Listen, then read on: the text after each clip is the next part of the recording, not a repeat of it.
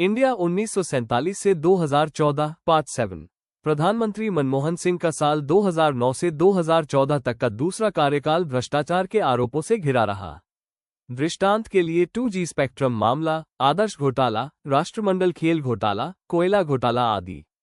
Indian anti corruption movement, जिसे अन्ना आंदोलन के नाम से जाना जाता है, वो भारत भर में विरोध प्रदर्शनों की एक श्रृंखला थी जो 2011 में सामाजिक कार्यकर्ता किसान बाबूराव हजारे के नेतृत्व और मार्गदर्शन में शुरू हुई थी और जिसका उद्देश्य कथित रूप से व्याप्त राजनीतिक भ्रष्टाचार के विरुद्ध कड़े कानून और प्रवर्तन स्थापित करना था।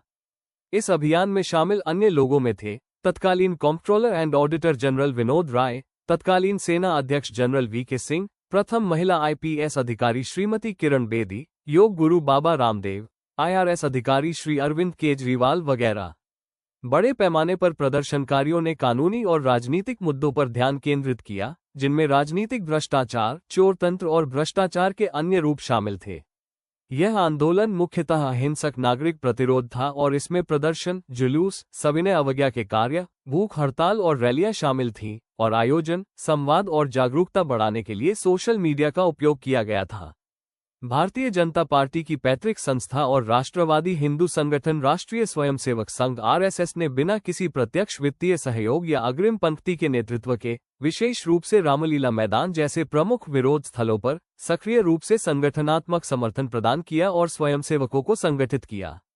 RSS ने इस आंदोलन को भ्रष्टाचार विरोधी आंदोलन का समर्थन करने और साथ ही अपने राजनीतिक आख्यान को मजबूत करने के एक अवसर के रूप में देखा। कथित तौर पर कुछ RSS संबद्ध व्यक्तियों ने विरोध प्रदर्शनों के दौरान रसद और भीड़ जुटाने का काम संभाला। अन्ना आंदोलन के कारण भ्रष्टाचार के विरोध में जो जन जागृति हुई, उसका परिणाम यह आया कि 2014 के लोकसभा चुनाव में इंडियन नेशनल कांग्रेस 44 सीटें ही जीत पाए।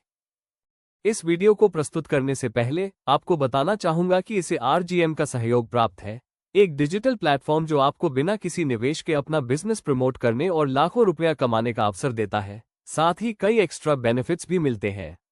चलिए अब अपने मुख्य टॉपिक पर आते हैं। भारतीय जनता पार्टी ने 282 सीटें जीतकर स्पष्ट बहुमति हासिल की और नरेंद्र मोदी भारत के नए प्रधानमंत्री बने। और यहां से भारत में शुरू होता है मोदी युग। इंडिया 1947 से 2014 तक का 7वां और आखिरी पार्ट समाप्त हुआ।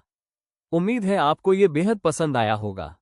Thanks for watching. यदि इस वीडियो ने कोई विचार या भावना आपके भीतर छोड़ी हो तो कृपया सब्सक्राइब करें और इसे उन लोगों तक पहुंचाएं जो सतह नहीं, सार्थकता की तलाश में है।